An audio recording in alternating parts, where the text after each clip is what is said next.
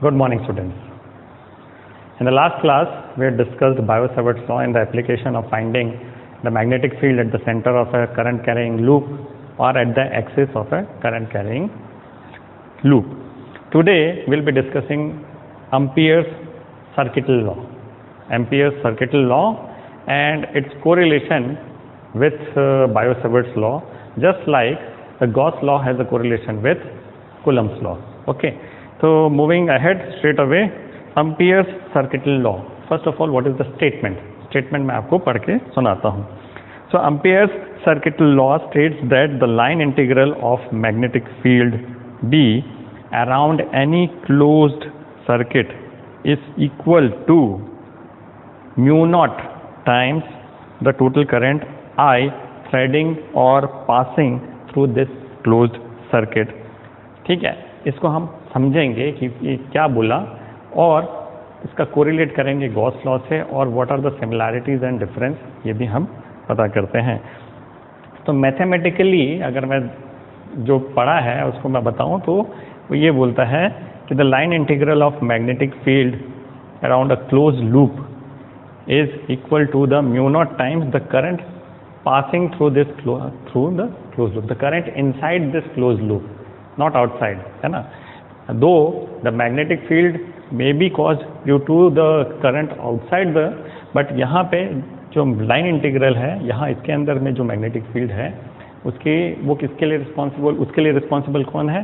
Current which is flowing through the close loop. Okay, अब हम सबसे पहले डिस्कस करते हैं just like in electrostatics Gauss law is an alternative of Coulomb's law. Okay, wherever there is a symmetry, it becomes very easy to apply Gauss law rather than the Coulomb's law. Okay, तो उसमें क्या बोलते हैं Gauss law में? Gauss law में बोलते हैं कि द इलेक्ट्रिक फ्लक्स, जिसको हम ये भी बोलते हैं electric flux is line integral of the electric field and the area vector. Area vector is equal to Q upon epsilon naught. Q charge inside the Gaussian surface, है ना. Gaussian surface is a closed surface. Gaussian surface क्या है? It's a closed surface. यहाँ पे ये sphere है, suppose यहाँ पे Gaussian surface क्या है? Sphere है, जिसके अंदर में अगर एक चार्ज Q है तो जो इलेक्ट्रिक फील्ड होगा इसके अंदर वो because of this charge response है. Electric field sorry electric flux is because of this charge, not electric field. Electric field बाहर के चार्जेस के कारण भी हो सकता है, तो electric flux is because of this charge. Okay, this is electric flux. उसी तरीके से जो गॉसियन सरफेस है, इट्स अ 3 डायमेंशनल सरफेस. यहाँ पे it is an open surface with a closed boundary. ये क्या है? यहाँ पे ये जो प्लेट है, this is the surface of our interest. Okay, है ना. यहाँ नहीं, this is the surface of our interest. Okay, और इसको क्या बोलेंगे? इसको बोलेंगे Amperian loop. Now it is not a physical loop, है ना. एक करंट ऐसा फिजिकल लूप नहीं है, but it is an imaginary surface जिसके अराउंड हमको करंट निकालना है, सॉरी मैग्नेटिक फील्ड निकालना है. Okay, so this is the line of force. और इसमें सारा चीज़ जो है वो अपने राइट हैंड रूल से, जो राइट हैंड थंब रूल से आप इसको direction of everything can be found. जैसे कि this is current is I, so what will be the direction of line of force? It will be in this direction. Okay, in the counter clockwise direction. अगर current ऐसा flow कर रहा है ना, तो current के डायरेक्शन में आप अपना थंब रखोगे तो जो कर्ल है it will give you the direction of force. Okay, and also you will find that the magnetic field is tangential. In this case, if it is a circle, it is tangential to any point in the circle, so it is a tangential to the current element. इस case में अगर ये sphere है, इस case में electric field is along the axis and passing through center. यहाँ पे electric field is along the axis and passing through center. यहाँ पे tangential है. Okay, this is Gauss law and this is Ampere's circuital law. Okay. So, मैंने जैसे बताया Gauss law is for closed surface, A 3 dimensional surface. Ampere's law is for open surface with a boundary, closed loop होना चाहिए. Open surface with a boundary, it's a closed loop, and both of the laws work better in symmetry. अगर symmetrical है surface तो ये बहुत easily आप calculate कर सकते हो, लेकिन अगर symmetry नहीं है तो calculate हो सकता है, लेकिन it will be very difficult for this level of course to make you understand how to calculate this. Okay, so जैसा कि statement ने बोला है कि Ampere's circuital law states that the line integral of the magnetic field B around any closed circuit is equal to mu times the current which is going through this, है ना, current going through this surface. Amperian loop के अंदर जो current है वो important है. जैसे कि यहाँ पे चार्ज अंदर जो है वो इम्पोर्टेंट है, बाहर के चार्ज क्या इसमें कोई कंट्रीब्यूशन नहीं होगा, वैसे बाहर के करंट का कोई कंट्रीब्यूशन नहीं होगा इसमें. ओके ओके, अब इससे हम क्या कर सकते हैं, इससे हम सिमेट्रिकल सरफेसेस में कितना मैग्नेटिक फील्ड है वो निकाल सकते हैं. ओके, अब अगर suppose in a simplified form ampere circuital law states that if field B is directed along the tangent to every point on the perimeter of a closed curve, then its magnitude is constant along the curve and it is given by, अगर इस case में it will be given by B into L is equal to mu naught I, और L इस case में क्या होगा, it will be 2 pi R है ना, it will B L will be 2 pi R. तो ये अगर मैं यहाँ पे L की जगह 2 pi R रखता हूँ तो मुझे इजीली हमने जो एक फॉर्मूला निकाला था magnetic field due to straight current carrying conductor, उसका फॉर्मूला था mu naught upon 2 pi I by R, और ये हमको इजीली यहाँ से मिल गया. हमने एक straight infinite straight current carrying conductor के around at a distance of R कितना मैग्नेटिक फील्ड जनरेट हो रहा है वो हमको यहाँ से मिल गया. Okay, and the direction of the magnetic field is tangential. Okay, it is always tangential. Okay, tangential है मैग्नेटिक फील्ड का डायरेक्शन, टेंजेंशियल है, और हमको फोर्स का डायरेक्शन आपने लिख दिया राइट हैंड से. मैग्नेटिक फील्ड डायरेक्शन भी है ना, इट इज़ ऑलवेज टेंजेंशियल. यहाँ पे ऐसा है तो अगर इस पॉइंट में है तो ये ऐसा करेगा, इस पॉइंट में है तो ऐसा होगा. तो हमने इजीली अभी आप एम्पियर सर्किटल लॉ यूज़ करके हमने स्ट्रेट करंट कैरिंग कंडक्टर के लिए प्रूफ कर दिया कि yes this is the magnetic field because of straight current carrying conductor. Okay, अब ये इसका कोई हार्ड एंड फास्ट प्रूफ नहीं है, है ना. व्हाट इज प्रूफ कैसे करेंगे, through the result only. Okay, तो Ampere circuital law is does not have a very valid proof कि ज्योमेट्रिकली मैं इसको प्रूफ कर दूँ, ऐसा नहीं होता है. We can prove only by using the result. इसके रिजल्ट से ही हम प्रूव कर सकते हैं. और यूजिंग, देखिए इसको बायो-सेवर्ट लॉ से हम कंपेयर करेंगे तो यही रिजल्ट आएगा जैसा हमने एम्पियर सर्किटल लॉ से किया है. Okay, so this was ampere circuital law. Application से पहले हम ये जान लेते हैं कि किस टाइम पे हम ये एम्पियर सर्किटल लॉ लगा सकते हैं. Okay, now let us see how to choose an Amperian loop and to make easy calculation. Okay, तो इसमें ये बोलता है, आपके बुक में भी लिखा है कि choosing the loop in such a way that each point of the loop is either B is tangential to the loop and is a non-zero constant. B should be tangential to जो भी आपने loop लिया है उसके tangential है and it is a non-zero constant. Constant is very important.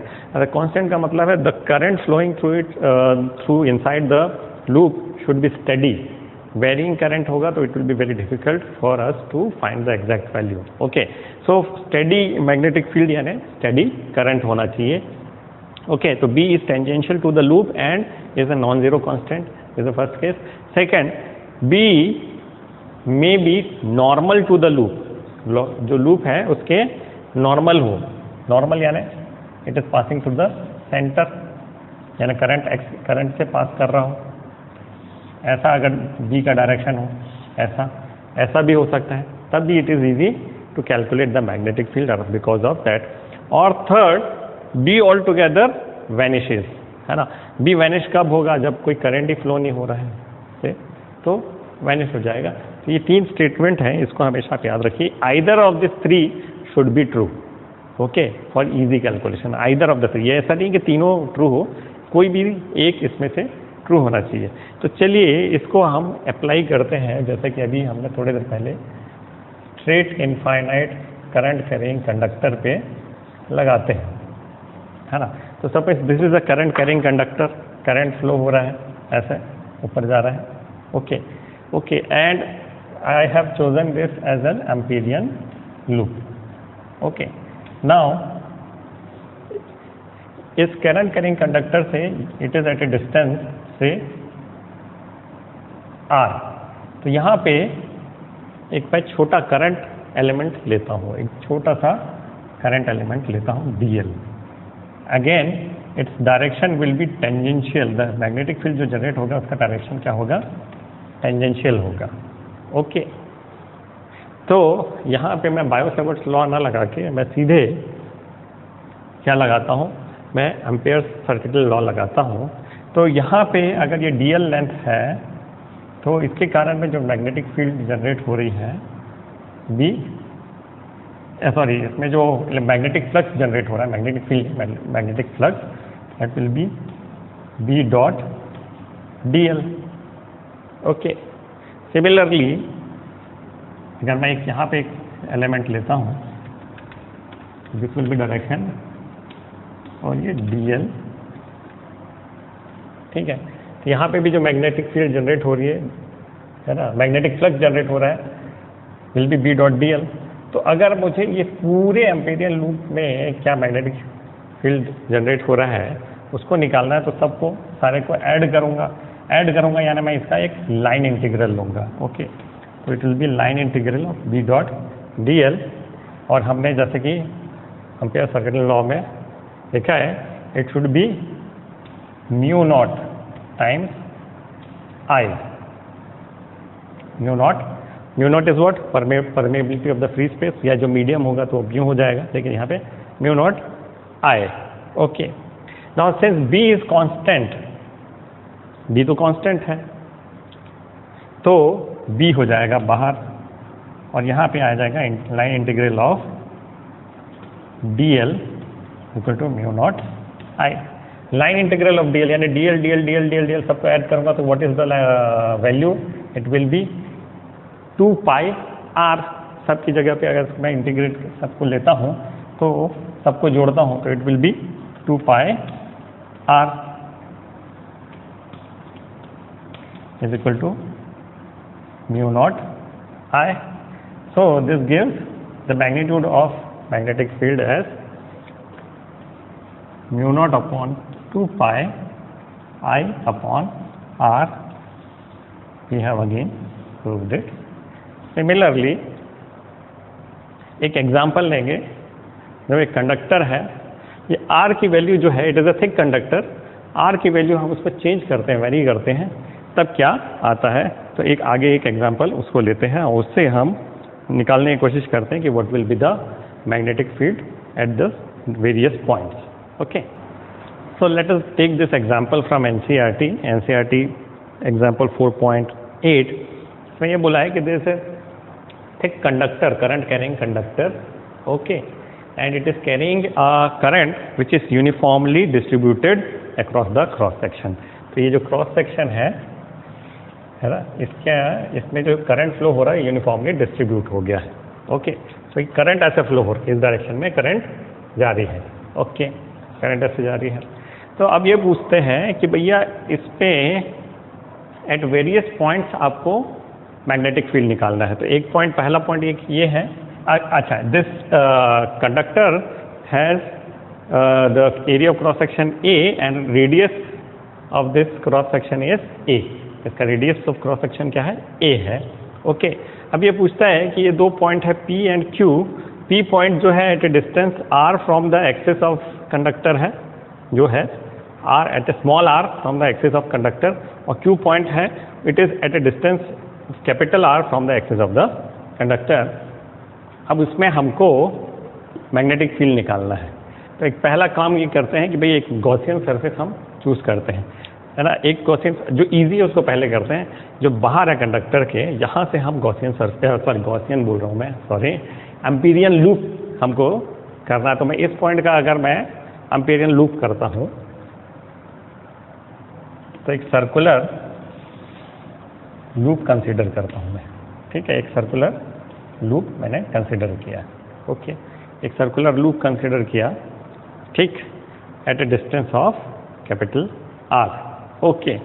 तो अब according to Ampere's law, circuital law, line integral of B dot dl। अच्छा, यहाँ पे किसी भी पॉइंट में जो मैग्नेटिक फील्ड होगी वो भी टेंजेंशियल होगी, okay. It will be tangential to this loop, okay.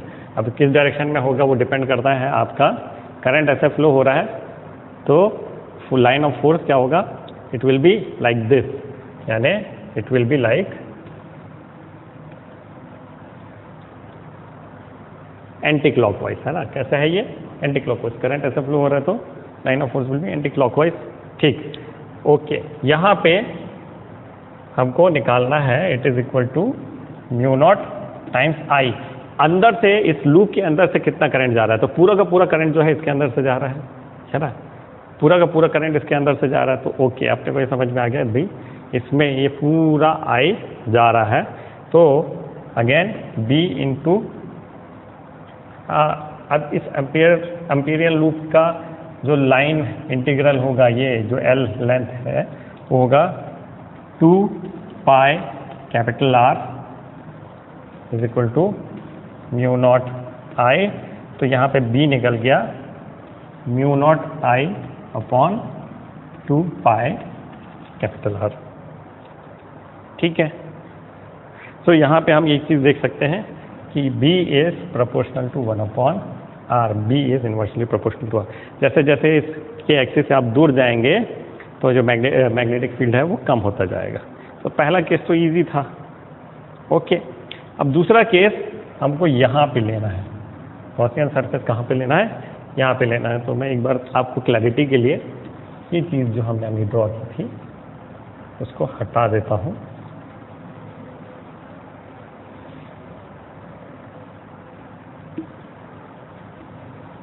अब value of A is, sorry कहाँ पे लेना है, यहाँ पे लेना है। तो इस पे अगेन मैं एक Gaussian surface,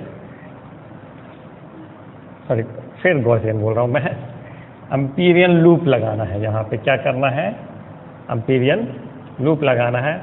again its direction will be like this, okay. अब यहाँ पे करंट कितना फ्लो हो रहा है ये हमको मालूम होना चाहिए, है ना।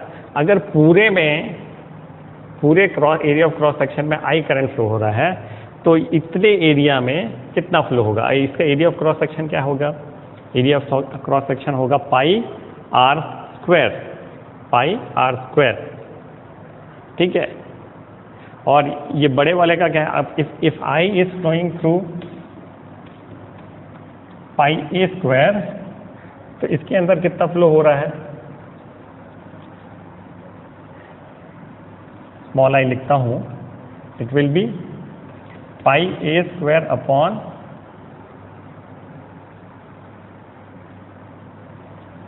Sorry I upon pi a square into ये जो है पाई आर स्क्वायर। इतना करंट फ्लो हो रहा होगा।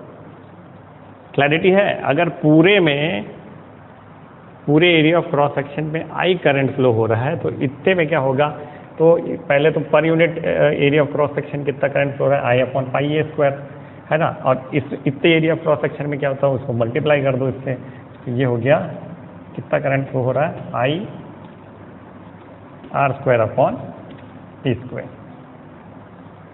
है ना, I R square upon a square.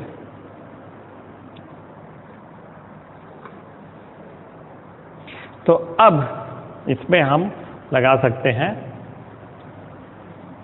Amperes circuit law. Again line integral of B dot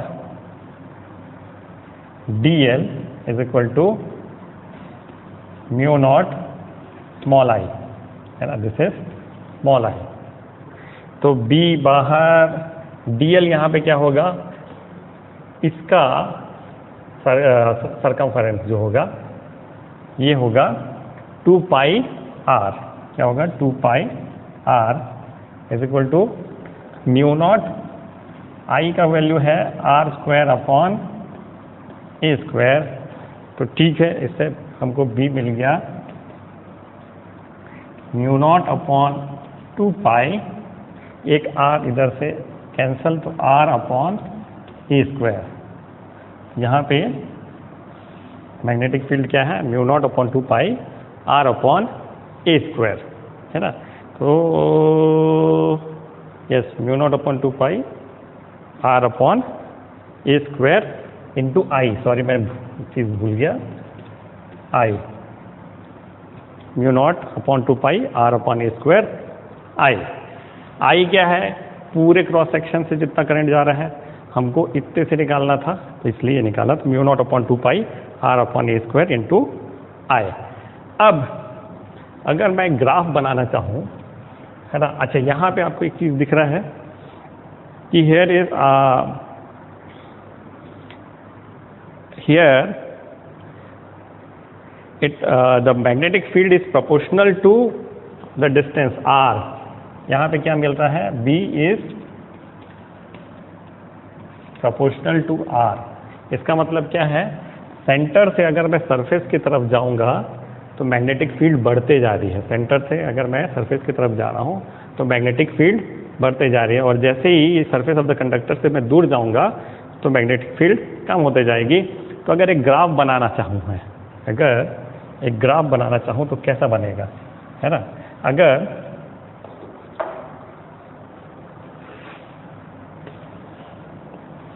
है ना, ये इधर जो है इसको बोलेंगे कि अगर मैं ये प्लॉट कर रहा हूँ b versus the distance, b versus the distance from the axis, यानी b वर्सेस मैं r करता हूँ, ठीक है। अगर एक्सिस में हूँ तो r की वैल्यू हो गया 0, है ना, r की वैल्यू क्या हो गई 0। तो अंदर में मैग्नेटिक फील्ड एक्सिस में कितना है 0, और जैसे जैसे मैं आगे बढ़ रहा हूँ, और suppose this is the radius, है ना, यहाँ पे रेडियस है, तो क्या होगा, यहाँ तक मैग्नेटिक फील्ड बढ़ेगी, है ना। जैसे ही मैं एक्सेस में 0 है मैग्नेटिक फील्ड, और जैसे जैसे उससे सरफेस तक जाऊंगा, यहाँ तक ए तक जाऊंगा, तो ये मैग्नेटिक फील्ड बढ़ेगी, और मैक्सिमम मैग्नेटिक फील्ड मुझे मिलेगी एट द सरफेस। ओके, जो कंडक्टर का जो सरफेस है वहाँ पे मैक्सिमम मैग्नेटिक फील्ड मिलेगी। अब उसके आगे जाता हूँ तो b is proportional to 1 upon r, उसके आगे जाऊँगा तो b is proportional to 1 upon r, यानी अब कम होना चालू होगा, and magnetic field will be like this, और इन्फिनिटी में मैग्नेटिक फील्ड 0 होगा, यानी ये लाइन इन्फिनिटी में मिलेगी। तो दिस इज द ग्राफ, है ना। यहाँ पे this is b is proportional to r है, यहाँ पे b is proportional to 1 upon r है, और जब b is equal to a होगा तो मैक्सिमम मैग्नेटिक फील्ड मिलेगा मुझे। सो यहाँ पे यस, आपके बुक में भी ऐसा ही एक्सप्लेनेशन है। तो this is how we have discussed Ampere circuit law. इसके रिगार्डिंग कुछ न्यूमेरिकल्स हम नेक्स्ट क्लास में करेंगे, and then will discuss toroids and solenoids and toroids. Okay, thank you.